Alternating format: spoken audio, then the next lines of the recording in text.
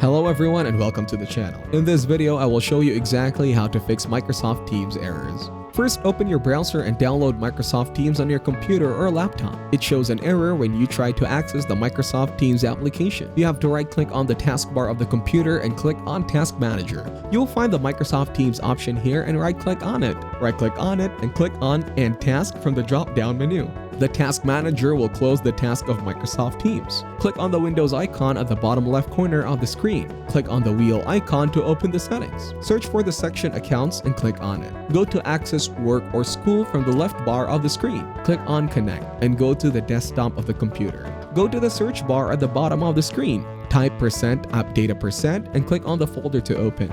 Open the Microsoft folder and go to the Teams folder. You have to open the Blob storage folder and right-click the further folder. Click on Delete from the drop-down menu. Go back, open the Cache folder and you will see the Cache data folder. Open the folder and delete all the data in this folder. Go back and open the folder Databases from the folders. Right-click on it and delete the folder Databases DB Journal. Go back and open the folder IndexedDB. Delete all the folders in the IndexedDB folder. Go back and go to the folder Service Worker. Go to the Cache Storage folder and delete the folder in it.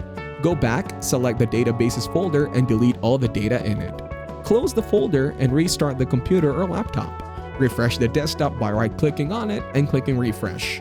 You can now open the Microsoft Teams app and your issue will be resolved. Thank you everyone for watching. Hope you got some value. Make sure to like the video and subscribe to our channel. Leave a comment down below. See you in the next one.